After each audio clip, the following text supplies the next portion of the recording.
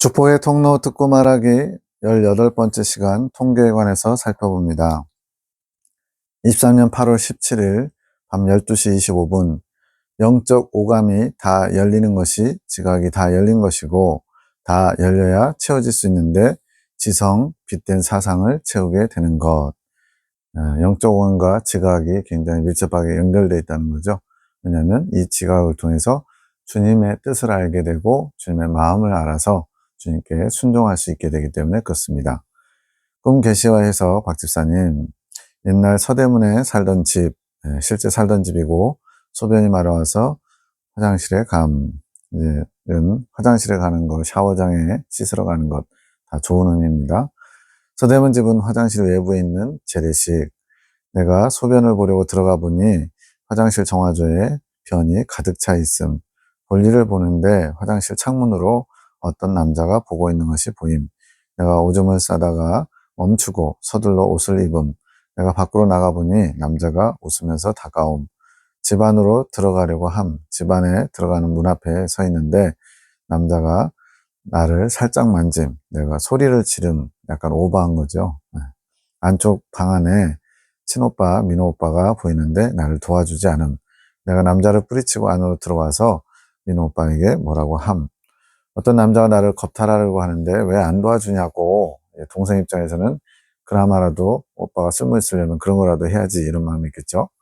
마음의 분이남, 그리고 내가 어딘가를 가야 되는 상황이라는 게 알아지고 나가려다 보니까 설거지거리가 싱크대에 가득 쌓여 있는 게 보임.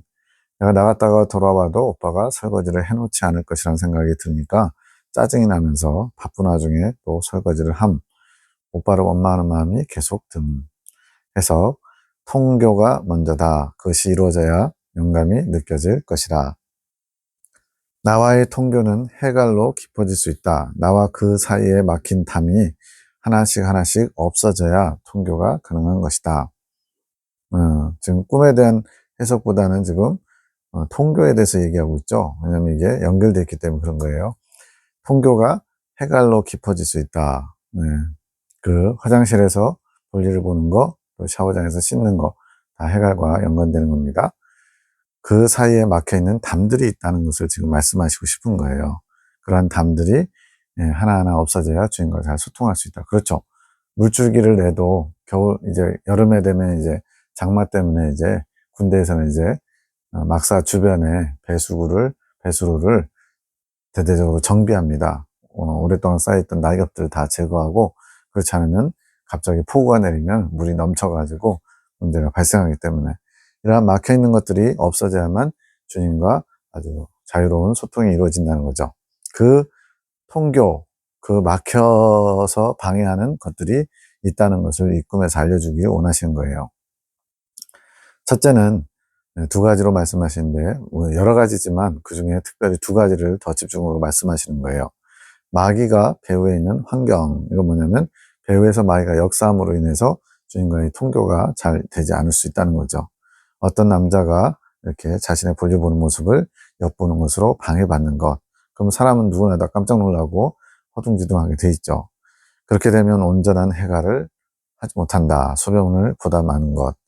그러한 환경이 주어지는 이유는 하나님께서 허락하셨으니까 그런 환경도 있는 거죠. 하나님께서 모든 것을 다 주관하시고 섭리하시고 이끌어 가시기 때문에 하나님의 허락하심 없이 되는 일은 이 세상에 단 하나도 없습니다. 심지어 마귀의 공격도 주님께서 허락하셨기 때문에 또 하나님의 창조 질서를 따라 허용되는 것이기에 우리가 마귀의 공격을 받을 때가 있는 거죠. 이렇게 마귀의 방해를 받는 이유는 그 해가려는 주체의 마음의 방향이 내가 원하는 방향과 일치하지 않아서 그렇다. 주님이 원하시는 방향이 있고 내가 가기를 원하는 방향이 있는데 이게 안 맞을 때 그런 마귀들이 틈을 봐서 회방을 놓을 수 있다는 거죠. 주님과 같은 곳을 바라보지 못한다는 뜻. 이것을 일치시키려고 주님께서 훈련하시는 건데 때로는 이제 내가 그것을 잘 캐치하지 못하거나 또는 알아도 내 생각을 굽히지 않고 추구함으로써 주님과 핀트가 안 맞을 때 주님께서 이런 마귀의 방해를 허락하시기도 하는 거죠. 두 번째는 누군가를 미워하는 마음이 있으면 해갈이 안 되느니라. 여기서는 이제 오빠가 어떻게 보면 이제 우리로 말하면 이제 밉상인 거죠. 내 삶에 전혀 도움이 안 돼. 뭐 이런 식으로 생각할 수 있는 여러 가지로 어렵게, 불편하게, 힘들게 만드는 그런 대상처럼 될 수도 있죠. 그래서 꿈에서 민호 오빠를 미워하는 장면을 보여주시는 것. 물론 네 기준에서 민호가 너를 도와야 했다. 지금 그 사람이 나를 만지니까 소리 질렀는데 오빠가 시큰둥하면서 잘 도와주려고 나는 거죠. 그렇지만 너는 그 남자가 너를 만지는 것을 겁탈하려고 한다고 크게 생각하지 않았느냐. 만지는 것 정도로 겁탈한다 그러면 뭐 이 세상에 다 남자들은 다 강간 몸이 되는 거죠. 그렇게 자신의 생각이 맞다고 하는 당위성을 강조하면서 네 오빠가 도와주지 않는다고 이상하다고 몰아세웠지. 그러면서 그가 너에게 주는 피해, 설거지거리가 싼더미로 쌓인 거, 밖에 나가야 되는데 전혀 협조적이지 않아서 본인이 도와주면 좋겠는데 안 도와주는 것에 불편한 마음을 갖는 거죠. 그를 원망한다. 통교를 방해하는 여러 요인 중에 미워하는 마음만을 강조한 것은 여러 가지 요인들이 있는데 그 중에 특별히 여기서는 미워하는 마음, 누군가에 대한 불편한 마음. 성경에도 누군가와 이렇게 급히 사화할 일이 생각나거든 예물을 드리다가도, 즉 예배 드리다가도 그 예물을 내려놓고 예배보다 더 급한 게 누군가와 화해하는 것, 푸는 거라고 말씀합니다. 그거는 이제 어떤 사람의 관계가 중요하다는 개념이 아니죠. 그러한 거리낌이 막힘이 돼서 주님께 온전한 예배를 드릴 수 없는 내 마음 상태, 그것을 주님이 말씀하시는 거예요. 어떤 인본적으로 인간관계가 중요하다 또는 그것이 먼저다 이런 얘기가 아니죠. 그런 것처럼 내 안에 그런 누군가를 미워하는 마음이 있으면 주님과의 통교를 가로막는 해방거리가 된다는 거죠. 통교를 방해하는 여러 요인 중에 미워하는 마음, 그것이 해가를 방해하는 큰 요인이다. 사람을 미워하는 마음, 선을 미워하는 마음, 나를 미워하는 마음 등 미워하는 마음은 그 사람의 온전한 해가를 어렵게 한다. 이게 이제 주님이 계속 강조하시는 평화가 깨지는 상태죠. 기쁨과 평강, 감사와 만족이 있어야 되는데 그렇지 못하고 누군가로 인해서 불편한 마음이 있으면 그게 주님과 잘 소통을 이루지 못하게 하는 거예요. 그 마음이 그것 해가를 방해하는 것이지 미움이라는 것 자체가 사랑의 반대 아니겠느냐? 주님은 사랑이시고 우리에게도 사랑을 요구하시죠. 근데 그 사랑을 회방하는 반대편에 있는 것이 미움이라는 거죠. 세상도 나를 미워했기에 나를 버렸고 마귀도 하나님을 미워하기에 악을 행하는 것이란다. 내가 지금 그런 마음 상태를 가지고 있으면 결코 사랑인 나와 만날 수 없다 이거죠. 사랑의 완성을 위해서는 미워하는 마음을 없애야 한단다. 미움이라는 개념 자체가 사라지게 되는 것이지. 즉 기회가 주어지면 또는 상황에 따라 미운 마음이 올라왔다가 다시 또 사랑했다가 이렇게 하는 것은 온전한 게 아닌 거죠. 주님은 온전하길 원하셔요. 온전히 사랑만 하기를. 언제 어떤 상황에서도 어떤 대상에게도 미워하는 마음이 아니라 사랑의 마음 품기를 원하시는 거죠. 그래야 나의 마음을 담아 세상을, 사람을 바라볼 수 있는 것이란다. 주님의 사랑을 담지 못하게 하는 가장 큰 요인 중에 하나가 미운 마음을 품는 것. 자기 자신을 돌아봐야 그것을 발견할 수 있겠죠. 시기, 원망, 질투 모두 미움에서 파생되는 마음이란다. 그러한 마음의 상태는 내가 원하는 해갈의 장소를 마련하지 못해서 온전한 해갈을 하지 못하게 한다. 우리 마음 안에서 일어나는 일입니다. 우리 마음 안에서 찢겨져 나가야 될 것들이 있고 배설돼야 될 것들이 있는데 그런 것들이 되지 못하도록 꽉 막는 통로가 꽉 막히는 그러한 역할을 미움과 같은 감정들이 그렇게 한다는 거죠. 그러니 용서하거라. 자신의 마음 상태를 어지럽히는 모든 것들을 용서하거라. 우리는 조건을 걸어요. 저 정도는 내가 용서할 수 있어. 저 사람 정도는 내가 용서할 수 있는데 저 사람은 안 돼. 이런 식으로. 그러지 말고 모든 것에 주님이 원하시기 때문에 내려놓을 수 있어야 되는 거죠. 그 용서의 마음 위에 내가 나의 말을 쓸 것이니라. 그 마음이 바탕이 준비가 되어야 내가 너에게 말할 수 있고 그것이 너에게 새겨질 것이다 이거죠. 그래야 하면 그가 나의 소리를 들을 수 있겠지. 듣기 위해서 주님의 음성을 듣고 주님의 마음을 알기 위해서는 그런 마음의 준비가 되어야 된다고 말씀합니다. 이 두 가지만 해결되면 온전한 해갈이 이루어지고 통교가 되나요? 아니겠죠. 동행에서 통교로 가기 위해서는 지금 성령의 임재, 그 순간적인 임재입니다. 우리가 순간적으로 주님을 원하고 우리 안에 거리끼는 것을 비울 때 잠깐 임재가 일어나요. 근데 그 임재가 계속되기 위해서는 끊임없이 성령님과 동행해야 이제 임재가 동행이 되는 거죠. 마치 점을 계속 이어서 붙이면 선이 되는 것처럼. 그래서 이 동행에서 더 한 걸음 나가서 그냥 묵묵히 입 다물고 동행할 수도 있잖아요. 서로 이렇게 마음을 주고받지 않고 그냥 같이만 있는 거. 이것도 동행이잖아요. 그런데 이제 이 동행에서 서로 마음을 주고받는, 서로의 깊은 것을 알아가게 되는 통교까지 이루어져야 된다고 말씀하는 거예요. 동행에서 통교로 가기 위해서는 이 두 가지가 중요하다. 마귀의 해방을 잘 차단하는 거, 빈틈을 안 주는 거죠.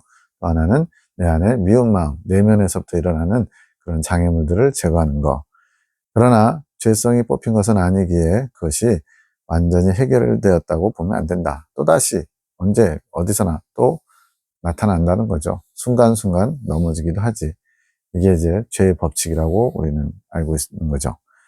다만 나와 소통하는 문을 여는 계시로서 작용하게 되는 것이란다. 이렇게 주님과 소통하는 문을 여는 말씀, 이런 것들을 받았을 때 내 안에 누군가를 향한 미워하는 마음이 있는지, 또는 마귀가 지금 틈을 보고 있는데 마귀에게 틈을 내어주는 어떤 그런 상태로 내가 뭐가 좀 주님에 주목하지 못하는 부분이 있는지, 이런 것들을 잘 보는 게 필요하죠.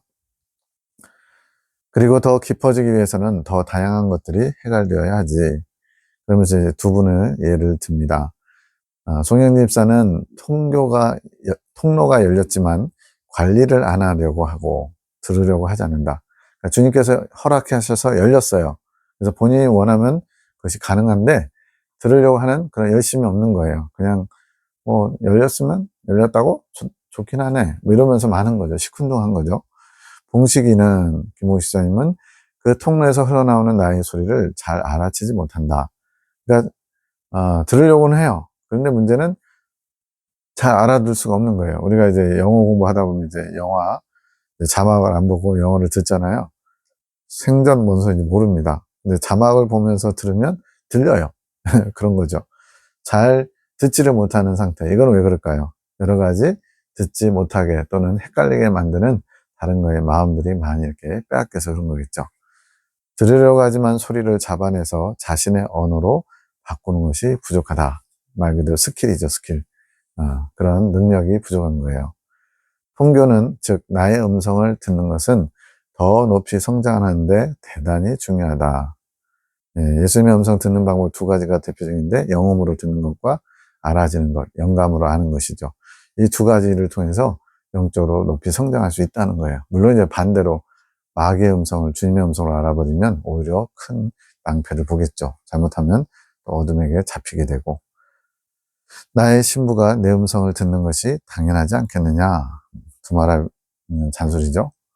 신부랑 신랑이랑 서로 마음이 통하기 때문에 결혼하는 거지, 서로 말하면 상대방을 이해하지 못하고 답답하면 누가 결혼하겠어요? 가장 가까이 있어야 되는데, 더 많은 말을 주고받아야 되는데, 그러니 내 음성을 들을 수 있는 영혼을 내가 찾는 것이지. 주님의 신부감 찾는 비결 중에 가장 중요한 것 중에 하나가 내 음성을 잘 들을 수 있는 신부감, 통교가 이루어지는 신부감이라고 말씀하는 거예요.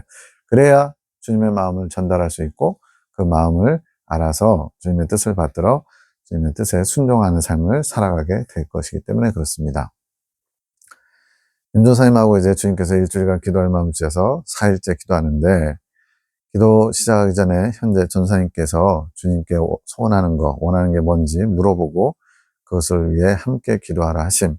지금 기도하는 것도 내가 무슨 기도를 해야지, 작전 기도, 이걸 위해서 해야지 이렇게 할 수 있죠. 그런데 주님이 뭘 원하시는지를 항상 안테나를 세우고 귀담아 듣고 염두에 두면 이렇게 주님께서 임조사님에게 뭘 원하는지 물어보고서 그걸 놓고 기도하라, 이렇게 인도함을 받는 거죠. 그랬더니 전사님께서 통교라고 하셔서 통교가 이루어지기 원합니다 라고 소원하는 마음을 알리니까 그것을 놓고 같이 기도했대요. 그 통교는 주님께서 더 원하시는 것, 임조사님이 지금 마음의 소원을 아랬는데 그것이 주님 마음에 합한 것이 된 거죠. 심지어는 임조사님이 원하는 것보다 주님이 더 원하시다는 거예요. 왜? 그래야만 주님이 쓰실 도구를 잘 준비할 수 있기 때문에. 이미 그 문은 열어놓으셨고 주님께서 허락하셨다는 거죠.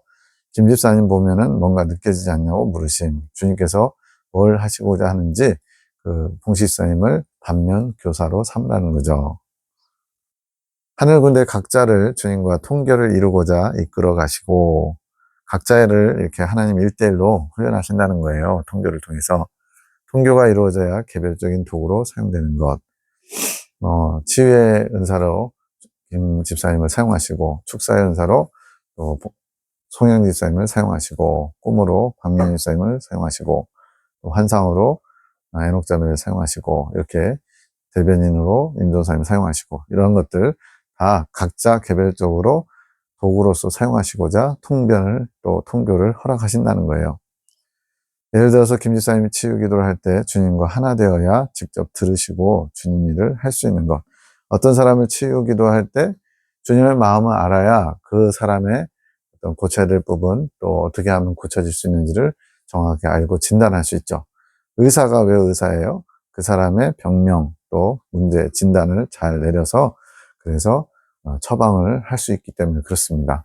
그래서 예전에는 이제 의학 분업이 안 됐을 때는 약사가 모든 걸 다 판단했어요. 환자를 안 봐도 그냥 무슨 증상만 듣고 해줬어요. 근데 지금은 반드시 전문 의약품은 의사를 통해서 대면 진료를 통해서 확인하고 이렇게 약사가 거기에 맞춰서 약을 짓게 하죠. 통교를 이루기 위해 늘 주님만 바라보는 훈련을 하셨던 것. 주님만 바라보는 훈련. 주바라기. 근데 이게 잘 안 돼요. 왜? 주님 아닌 것들에 마음을 빼앗길 것들이 우리에게는 너무나 많기 때문에. 그냥 살아서 숨을 쉬는 것만으로도 우리 주변에 주님이 아닌 것들에 혹할 수 있는, 또 마음을 빼앗길 수 있는 것들이 많거든요. 주님과 한마음 한뜻을 요구하시며 말씀을 보게 하시며 묵상하라고 하셨던 거. 어려우면서도 그 자체는 단순한 겁니다. 우리가 예수님 믿으면 구원받습니다. 얼마나 단순한 명제예요. 근데 그 단순한 명제 안에 참으로 많은 것들이 들어있는 것처럼 이렇게 주님만 바라보는 거, 주님과 한마음을 이루는 거, 쉬운 것 같으면서도 참 어렵고 복잡하기도 하죠. 그러나 모든 것을 다 이렇게 불필요한 걸 제거하다 보면 아주 단순해집니다. 주님만 바라보는 거, 그 자체는 뭐 어렵나요? 수시로 일하다가도 계속 주님을 생각하고 주님을 향해서 주님 제가 어떻게 하기 원하시나요? 주님은 지금 마음이 어떠세요? 저를 향하신 주님의 뜻은 무엇인가요? 물으면 되거든요. 진심을 담아서. 이제는 하나님 중심적이지 않은 인본적인 모든 것을 드러내며 버리게 하시는 것. 이 인본적인 것, 인본적 사상이 얼마나 크고 두껍고 무겁고 하나님과 우리 사이를 가로막고 있는지 몰라요. 마치 그 기존의 사상의 집을 무너뜨리고 다시 새롭게 짓는 것처럼 아예 빈 땅에다 짓는 게 훨씬 쉽잖아요. 근데 이미 우리는 내가 사상의 집을 만들어 놨기 때문에 그것을 허무는 일이 참으로 주님을 수고롭게 하는 거죠. 각자 사명을 통해 통교를 이루어 가시는 것. 사명이 통교가 이루어지는 통로가 된다고도 말씀하는 겁니다. 그래서 각자의 주어진 사명을 열심을 다할 때 통교가 잘 될 수 있다는 거예요. 그래서 통교의 핵심은 뭐예요? 주님의 마음을 알아오는 거, 주님의 뜻을 아는 거, 어떤 막 신비한 비밀들을 알아는 거, 뭐 이 나라의 장래가 어떻다는 둥. 물론 때로는 필요하면 주님의 예언이나 계시를 주시겠죠. 근데 그런 것보다도 주님의 마음을 아는 도구, 통로로 세우시고자 통교가 가장 중요한 역할을 한다는 거예요. 이제 말씀하신 것처럼 전도사님의 큰 올무를 버리게 하시면서 큰 전환점이 되게 하시는 거. 큰 올무, 앞에서 이제 전도사님에게 주님이 혹독하게 다뤘던 부분들을 말씀하시는 것 같아요. 웃으시면서 참 눈치 없다 하신, 그냥 주님께서 농담하시듯이 좋아서 하시는 말씀인데, 말씀을 연구해라. 그 말씀이 나를 알아가고 만나는 길이며 통교가 아니겠느냐. 이제 송 원장님이나 두 분의 환상과 그 꿈의 계시를 해석하는 자매님들이나 이분들과 같이 주님의 어떤 것을 많이 체험하기 원하는 마음이 임선생 안에 많이 있었던 거예요. 그런데 이제 주님은 그들이 가는 길과 네가 가는 길은 좀 다르다는 거죠. 말씀을 연구할 때 내 마음을 더 알아오는 통교가 더 많이 될 것이다. 저도 약간 그런 쪽이죠. 그래서 이렇게 말씀을 같이 나누고 연구하는 거예요. 희주가 이룬 통교가 무엇을 통해서인지 보라고 하심. 사명을 통해서, 송 원장님의 사명은 주님의 마음과 뜻을 알아오는 것이고 주님의 음성을 직접적으로 주계시자로 듣고서 전달하거든요. 이러한 사명을 통해서 또 통교를 통해 사명을 계속 감당하게 하시는 것. 그래서 이제 송 원장님이 초창기 한 2년 정도는 매 순간순간 때때마다 엄청나게 주님께서 직접적으로 많이 알려주시고 이끌어 가셨어요. 어느 순간부터는 그것이 줄어들어요. 그리고 이제 이긴 자가 되고 영에 속한 자가 되고 나서는 너의 의지가 나의 의지다 그러면서 더 이상 이제 모든 것을 본인의 생각에서 나오는 것처럼 판단하고 결정하게끔 주님께서 어떻게 보면 이제 아이가 자라가지고 스스로 판단하도록 내버려 두는 것처럼 그런 식으로 되다 보니까 지금은 옛날보다 훨씬 주님께서 간섭하시고 말씀하시는 게 줄어들었어요. 그러면서 더 조심스럽게 이게 주님의 뜻인지 나에게서부터 나온 것인지를 자꾸 분별하려고 하면서 너의 의지가 나의 의지가 되었으니까 걱정하지 말고 내 의지를 하면 된다. 이런 식으로 주님이 위로하셔도 굉장히 조심스러울 수밖에 없죠. 이러한 통교를 통해 사명을 계속 감당할 수 있다. 그래서 주님의 음성이 끊기면 불안하고 두려워하고 내가 뭘 잘못했나 이렇게 되게 초조해하는 그런 경우들이 참 많았던 것 같아요. 이제는 이제 그런 건 없지만 이제 답이 되겠느냐? 그럼 어떻게 해야 되겠느냐? 지혜가 쏟아부어질 것이다. 지혜는 주님의 마음을 알아오는 것이고 성령님을 통해서 부어지는 거예요. 그리고 영적으로 성장해야만 큰 지혜를 받을 수 있고 그것이 주님의 마음을 알아서 주님의 뜻대로 선하게 쓰임받을 수 있는 좋은 통로가 되죠. 그러면 더욱 빠르게 나와 하나 되어야 되지 않겠느냐. 또 하나 되게 되지 않겠느냐. 하나가 된다는 것은 나 주님의 마음을 아는 것이고 그 마음에 하나 되는 것이 아니겠느냐. 이것이 통교다. 주님의 마음과 하나 되는 것이 일치를 이루는 것이 통교다라고 결론을 내립니다. 22년 5월 28일 밤 10시 37분 주와 같이 되기를 이란 찬양이 있나 봐요. 그래서 이제 기도회 밤기도 끝나고 내려오는데 차 안에서 송 원장님의 영이 찬양하는 것을 송 원장님의 혼의 영역에서 이제 듣고서 기록한 거예요. 이 앞에서 거듭 말씀드렸죠. 혼과 영의 영역이 원래는 하나여야 되는데 타락 이후에 혼의 영역과 영의 영역이 따로 이렇게 놀아요. 이렇게 분리된 것처럼. 그러다가 이제 영이 점차 성장하면서 혼의 영역에서 영의 영역을 알아갑니다. 그러면서 이제 마치 하나 된 것처럼 영이 하는 것을 혼이 인지하고 이렇게 적을 수가 있는 거죠. 에녹자매 엄마 영의 찬양이고 영이 하는 고백, 소원함인데 주님과 같이 되기를 너무나 원하기에 그러한 찬양을 하는 것. 찬양으로 나오는 것은 찬양하면서 자신의 영과 통교가 되는 것. 자, 혼의 영역에서 영의 것을 알아온 것이 통교라고 그랬고 통교의 목적은 주님의 마음을 알아 주님과 하나 되는 것이다. 이렇게 간단하게 정리할 수 있어요. 영의 마음을 알아 한 마음이 되는 것, 같은 곳을 바라보게 되는 것. 그 전에는 혼 따로 영 따로 각자가 원하는 것을 추구하면서 살다가 이제는 영과 혼이 같은 방향을 보면서 일치를 이루어 간다는 거죠. 그만큼 영이 성장했다는 것이고 혼도 이제 통교를 통해서 영의 영역에서 일어나는 것을 알아가게 되는 거죠. 그렇게 주님께로 더욱 달려가게 되는 것. 22년 6월 5일 이제 제 이야기입니다. 삐 목사가 전데 대화 도중에 말씀을 배우러 오고 싶은 마음도 있으나 이렇게 22년이니까 3년 전인데 여러 가지로 주님께서 주신 말씀들 성경의 핵심 진리에서 듣지 못한 것들을 주님 말씀하셔서 더 알고 싶은 마음이 있는데 이제 그 당시에 이제 이분들이 다니고 있던 교회 목사님이 예민하게 아주 좀 이렇게 적대시하는 그런 상황이어서 K 목사님 때문에 고민이 된다 하니까 주님께서 우리를 K 목사님과 분리시키는 이유, 이제 그 교회에서 나오게 이렇게 이끄셨거든요. 그렇게 한 이유가 K 목사님께서 주님의 뜻을 받지 않으셨기 때문에 따로 떼어서 주님의 일 다음으로 그 교회만의 문제가 아니라 교단을 향하신 주님의 뜻을 알리시는 일을 하게 하시려고 분리시켰다는 거죠. 통교로서 주님의 마음을 아는 것이니 주님께서 말씀하신 것처럼 기록하지 않아도 된다. 그래서 뭐뭐라 하심 이렇게 되는 것도 있고요. 직접적으로 나는 뭐뭐다 이렇게 주님이 직접 말씀하신 것처럼 기록되는 경우도 있잖아요. 이런 게 지금 이런 의미인 것 같아요. 이제는 주님이 주시는 게 아니라 내가 주체가 되어 통교함으로 그전에는 받아쓰기였다면 이제는 약간 더 주체성을 가지게끔 주님이 허락하신 거예요. 그만큼 성장했다는 얘기죠. 그래서 내가 주체가 되어 통교함으로 알아지는 것이라 하심. 이제는 그 기준을 인지하면서 잘 인식하면서 이 기준을 인지한다는 것은 내 생각을 섞지 않는 좋은 또 기준이 되는 거죠. 자유로이 더 풍성히 가져가라고 하심. 내 것이니 내 것처럼 당당히. 22년 이때 많이 이제 주님의 마음을 잘 알아서 그냥 스치듯이 지나가는 것도 주님의 것임을 잘 캐치할 수 있는, 인지할 수 있는 그런 수준이 된 거죠. 그동안은 내 것이 아닌데 믿음으로 내 것처럼 가져가야 했던 것, 내 것이 아닌데 내 것처럼 믿음을 사용해서 이것이 영적 허영심. 허영은 뭐예요?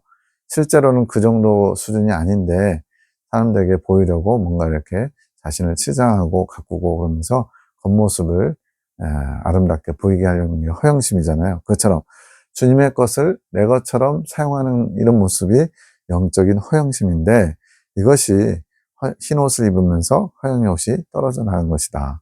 그전에는 이제 내 것이 아닌데 내 것처럼 허영적인 모습이었다면 이제는 주님의 것이 내 것이 어느 정도 됐기 때문에 주님께서 네 것으로 허락하신 것 때문에 그런 영적 허영심을 부리지 않아도 된다는 거예요. 그것이 흰옷이라고 하는 이긴 자 이후에 12가지의 복을 이제 그 계시록에서는 2장 3장에서 말씀하는데 그 12가지 복 중에 하나인 흰옷을 입는 과정.